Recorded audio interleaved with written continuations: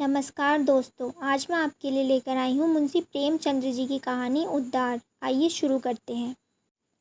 हिंदू समाज की वैवाहिक प्रथा इतनी दूषित, इतनी चिंताजनक, इतनी भयंकर हो गई है कि कुछ समझ में नहीं आता है उसका सुधार क्यों कर हो। बिरले ही ऐसे माता पिता होंगे जिनके 7 पुत्रों के बाद एक भी कन्या उत्पन्न हो जाए तो वह सहर्ष उसका स्वागत करें। कन्या का जन्म होते ही उसके विवाह की चिंता सिर पर सवार हो जाती है और आदमी उसी में डुबकियां खाने लगता है।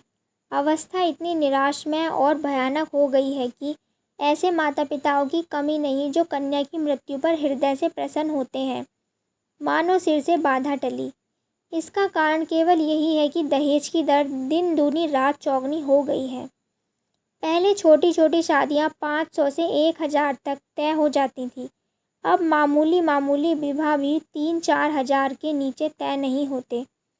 खर्च का तो यह हाल है कि शिक्षित समाज की निर्धनता और दरिद्रता दिन प्रतिदिन बढ़ती जा रही है। इसका अंत क्या होगा ईश्वर ही जाने। बेटे 1 दर्जन भी हो तो माता पिता को चिंता नहीं होती। वह अपने ऊपर उनके विवाह भार को अनिवार्य नहीं समझते। यह उनके लिए कंपलसरी विषय नहीं, ऑप्शनल विषय है। होगा तो कर देंगे, नहीं तो कह देंगे बेटा खाओ कमाओ, कमाई हो तो विवाह कर लेना। बेटों की कुचरिता कलंक की बात नहीं समझी जाती, लेकिन कन्या का विवाह तो करना ही पड़ेगा। उससे भागकर कहाँ जाएंगे।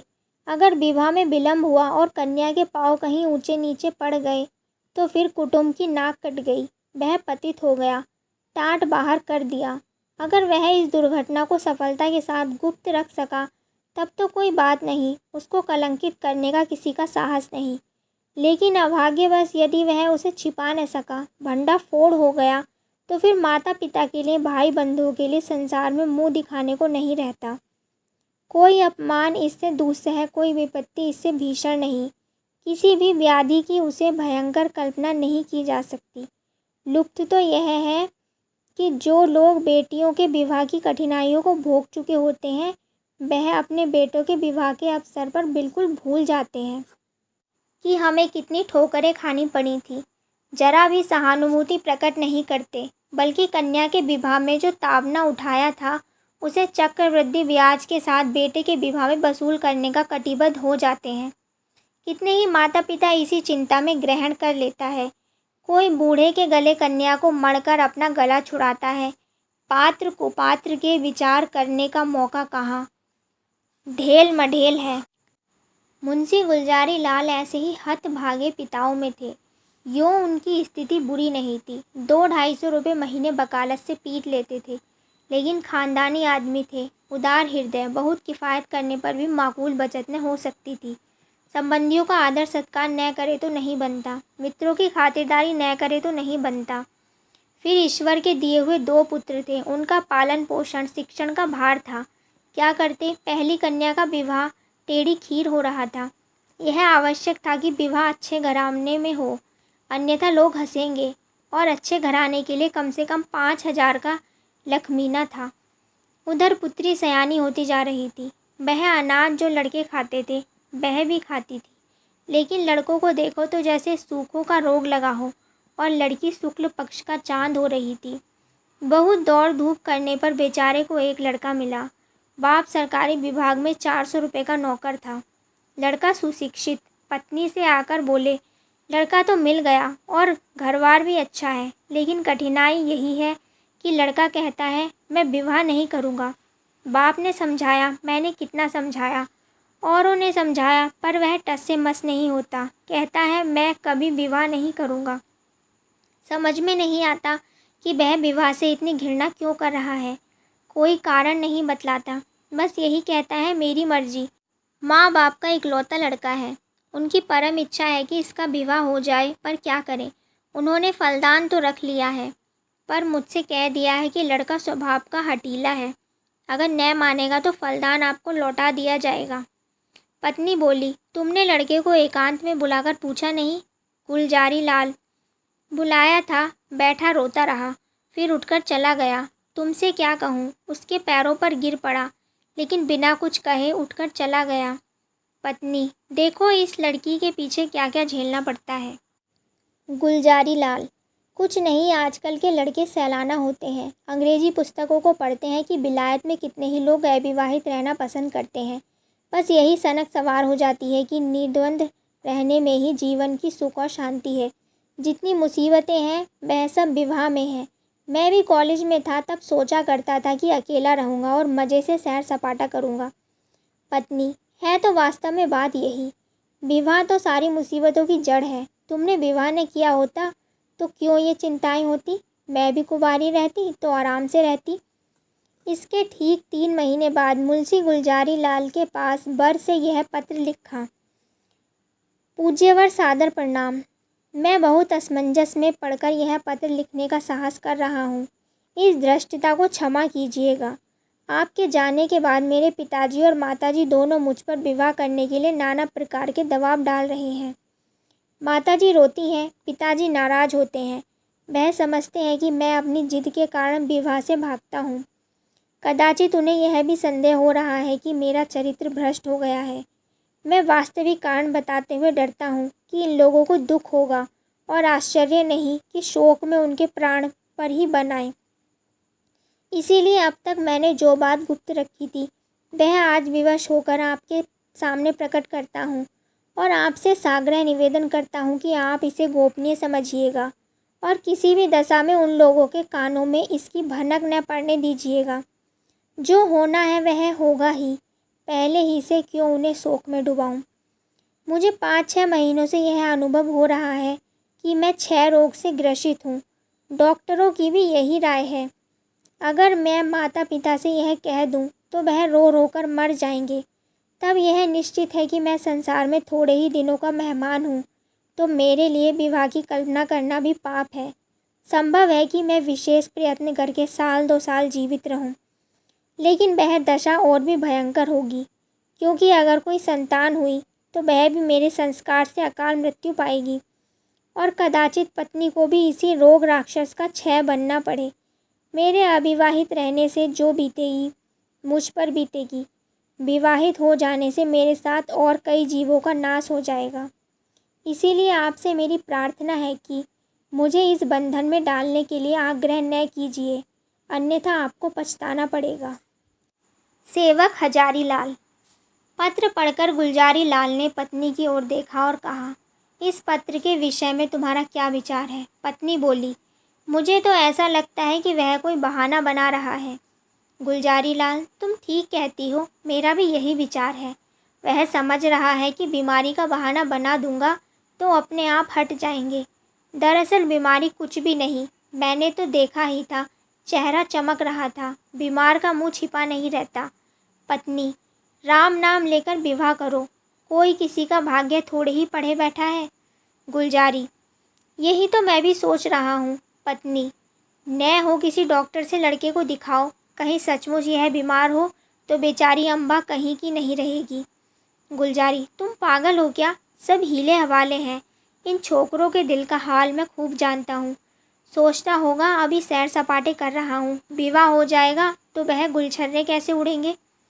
पत्नी, तो शुभ मुहूर्त देखकर लगन भिजवाने की तैयारी करो। इधर हजारी लाल बड़े धर्म संकट में था। उसके पैरों में जबरदस्ती विवाह की बेड़ी डाली जा रही थी और वह कुछ न कर सकता था। उसने ससुर को अपना कच्चा चिट्ठा कह सुनाया, लेकिन किसी ने उसकी बातों पर विश्वास नहीं किया।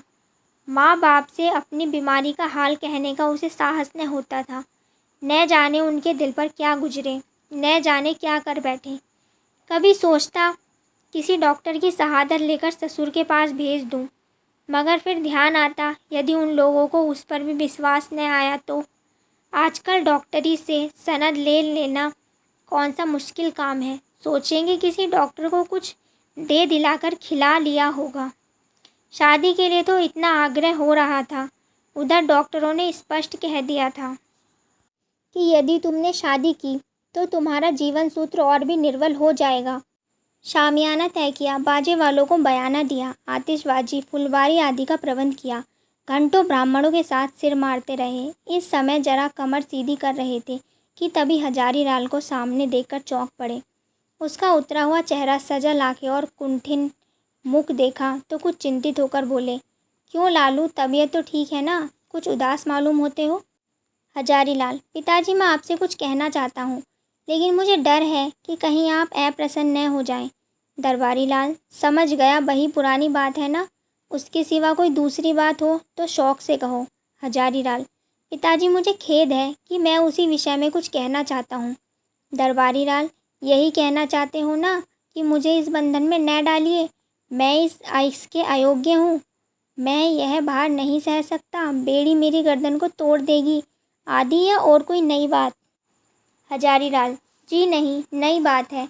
मैं आपकी आज्ञा पालन करने के लिए सब प्रकार से तैयार हूँ, लेकिन एक ऐसी बात है जिसे मैंने अब तक छिपाया था, उसे भी प्रकट कर देना चाहता हूँ। इसके बाद आप जो कुछ निश्चय करेंगे उसे मैं सिरोधार्य करूँगा। फिर हजारीलाल ने बड़े विनीत शब्दों में अपना आशय कहा, डॉक्टरों की राय भी बयान की और अंत में कहा, ऐसी दशा में मुझे पूरी आशा है कि आप मुझे विवाह करने के लिए बाध्य नहीं करेंगे। यह सुनकर दरबारीलाल ने पुत्र के मुख की ओर गौर से देखा। उन्हें उसकी बातों पर विश्वास न हुआ, लेकिन अपना अविश्वास छिपाने और अपना हार्दिक शोक प्रकट करने के लिए वे कई मिनट तक गहरी चिंता में मगन रहे। फिर उन्होंने पीड़ित कंठ से कहा, बेटा, इस दशा में तो विवाह करना और भी आवश्यक है। ईश्वर न करे कि हम बुरा दिन देखने के लिए जीवित रहें, लेकिन विवाह हो जाने से तुम्हारी कोई निशानी तो रह जाएगी। भगवान ने कोई संतान दे दी तो वही हमारे बुढ़ापे की लाठी होगी। उसी का मुंह देख देख कर दिल को समझाएंगे। जीवन का कुछ आधार तो रहेगा। फिर आगे क्या होगा यह कौन कह सकता है। डॉक्टर किसी की कर्म रेखा तो नहीं पढ़ते। ईश्वर की लीला अपरंपार है। डॉक्टर उसे नहीं समझ सकते। तुम निश्चिंत रहो, बैठो। हम जो कुछ करते हैं करने दो। अगर ईश्वर ने चाहा तो सब अच्छा ही होगा। पिता की बातों का हजारीलाल ने कोई उत्तर नहीं दिया। आंखों में आंसू आ गए। कंठावरोध के कारण मुंह तक न खोल सका। चुपके से आकर अपने कमरे में लेट गया। 3 दिन गुजर गए, लेकिन हजारीलाल कुछ निश्चय न कर सका। विवाह की पूरी तैयारियां हो चुकी थीं। मैत्रेयी की पूजा हो चुकी थी और द्वार पर बाजों का शोर मचा हुआ था। मोहल्ले के लड़के जमा होकर बाजा सुनते थे और उल्लास से इधर उधर दौड़ते थे। संध्या का समय था। बारात आज रात की गाड़ी से जाने वाली थी। बारातियों ने अपने वस्त्राभूषण पहने शुरू किए। कोई नाई से बाल बनवाता, बूढ़े अपने पके बालों को उखड़वाकर जवान बनने की चेष्टा कर रहे थे। तेल, साबुन, उपटन की लूट मची हुई थी और हजारीलाल बगीचे में एक वृक्ष के नीचे उदास बैठा हुआ सोच रहा था, क्या करूं। अंतिम निश्चय की घड़ी सिर पर खड़ी थी। अब एक क्षण भी विलंब करने का मौका न था। अपनी वेदना किससे कहे, कोई सुनने वाला न था। उसने सोचा, मेरे माता पिता कितने अदूरदर्शी हैं। अपनी उमंग में इन्हें इतना भी नहीं सोचता कि बधू पर क्या बीतेगी। बधू के माता पिता कितने अदूरदर्शी हैं। अपनी उमंग में भी इतने अंधे हो रहे हैं कि देखकर भी नहीं देखते, जानकर नहीं जानते। क्या यह विवाह है? कदापि नहीं। यह तो लड़की को कुएं में डालना है, भाड़ में झोंकना है। कोई यातना इतनी दुस्सह कर अपनी पुत्री को वैधव्य की अग्निकुंड में डाल देते हैं। यह माता पिता हैं? कदापि नहीं। यह लड़की के शत्रु हैं, कसाई हैं, हत्यारे हैं। क्या इनके लिए कोई दंड नहीं, जो जानबूझकर अपनी प्रिय संतान के खून से अपने हाथ रंगते हैं? उसके लिए कोई दंड नहीं। समाज भी उन्हें दंड नहीं देगा। कोई कुछ नहीं कहता। हाय, यह सोचकर हजारी उठा और एक और चुपचाप चल दिया। उसके मुख पर तेज छाया हुआ था। उसने आत्म बलिदान से इस कष्ट का निवारण करने का दृढ़ संकल्प कर दिया था। उसे मृत्यु का लेश मात्र भी भय नहीं था। वह उस दशा तक पहुंच गया था जब सारी आशाएं मृत्यु पर ही अवलंबित हो जाती हैं। उस दिन से फिर किसी ने हजारीलाल की सूरत नहीं देखी। मालूम नहीं ज़मीन खा गई या आसमान। नदियों में जाल डाले गए, कुओं में बांस पड़े गए, पुलिस में हुलिया गया, समाचार पत्रों में विज्ञप्ति निकाली गई, लेकिन कहीं पता न चला। कई हफ्तों बाद छावनी रेलवे से 1 मील पश्चिम की ओर सड़क पर कुछ हड्डियां मिली। लोगों ने अनुमान लगाया कि हजारीलाल ने गाड़ी के नीचे दबकर जान दी, लेकिन निश्चित रूप से कुछ मालूम न हो सका। कहानी समाप्त। धन्यवाद दोस्तों। अगर आपको यह कहानी अच्छी लगी हो तो मेरे चैनल को लाइक करें, शेयर करें और सब्सक्राइब करना ना भूलें।